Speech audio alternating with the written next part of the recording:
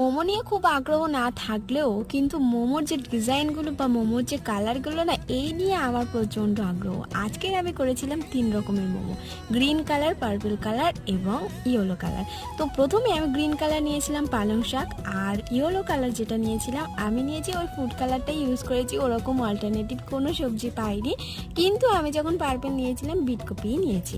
তো এইগুলো নিয়ে না আমি ভাবছিলাম যে নর্মাল আমি কি একটা ডিজাইনই করব, কিন্তু তারপর ভাবলাম না, যখন আলাদা কালার নিয়েছি আলাদা আলাদা ডিজাইন করি। আমার সব থেকে ভালো লেগেছে, যদি বলো কোনটা, আমার সবই ভালো লেগেছে ইয়েলোর যে কালারটা, আর যে সবুজ কালার একদম কিউট ছোট্ট মতো, ওই জন্য বেশি ভালো লেগেছে।